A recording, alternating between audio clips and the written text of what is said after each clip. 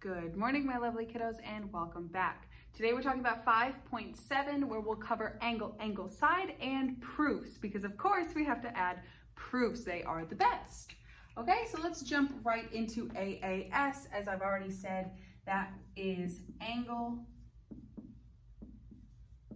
angle, side. That is just another one of our congruency theorems here. It is when two angles and a side are congruent in both the triangles. Let me go ahead and give you guys an example of that. Okay, so here we would have these two angles congruent, and then these two are right angles. Okay, so far we have two congruent angles, and I see something that we can change. Whenever two triangles share the same side, we can say that it is congruent to itself because of the reflexive property. Okay, so here, let's take a look at what we have. So we have one pair of congruent angles because both of them have one strike. We have a second pair of congruent angles because they are both 90 degrees and thus congruent. And then we have one congruent side because of the reflexive property. So if we go around the shape, we have angle, then side. Okay, so we will add angle, angle, side into our bank of all of the other congruency theorems that we know. Okay, so let's go ahead and take a look at this first proof here. We have two triangles. We have triangles A, B, and C, and triangle D, E, F. Okay, it is given to us that segment AB is congruent to segment DE. They both have one tick mark, so we can see that. The angle B is congruent to angle E. They both have two strikes, so we already knew that. And angle A is congruent to angle D. They both have one strike, so we already knew that as well. And we are trying to prove that triangle ABC is congruent to triangle DEF. Okay, so I already have our statements and reasons column set up here. The first thing that we're going to do is we are going to list all of the given things that we know. So we know that AB is congruent to DE. We know that angle B is congruent to angle E. We know that angle A is congruent to angle D. And the reason for all three of these is because it was given to us in the problem.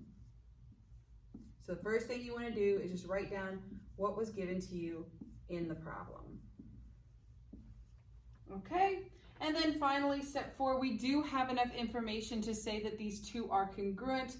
If we look at our triangles and what we have one pair of congruent angles in A and D. We have a side included between the two angles, and then we have a second pair of congruent angles. So going around the figure, we have an angle, then a side, then an angle on both triangles. Angle, side, angle. Okay, so we can just jump right in and say that triangle ABC is congruent to triangle DEF because of angle, side, angle. Okay, let's take a look at one more here. Again, we already know how to do this. We've done 2 worksheets on how to determine if triangles are congruent to each other. We are just thinking or writing out our thought process rather.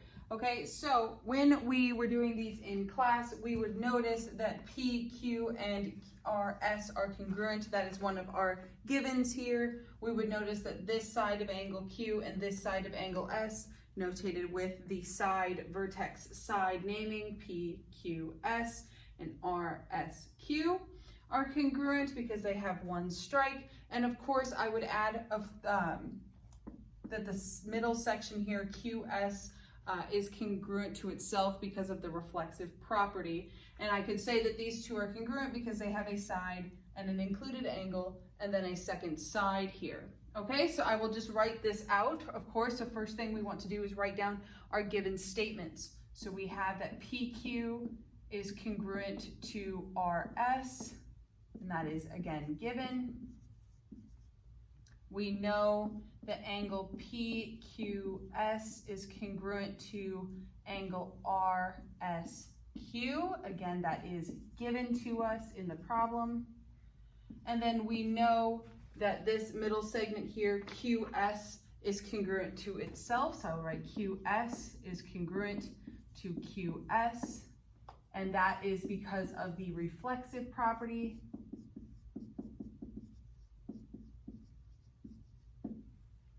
And then now we have a side, an included angle, and a side all written out.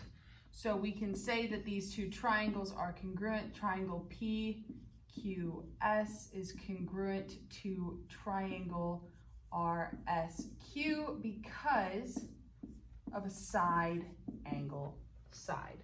So there's not much changing in the thought process here. It's just writing out what we are thinking.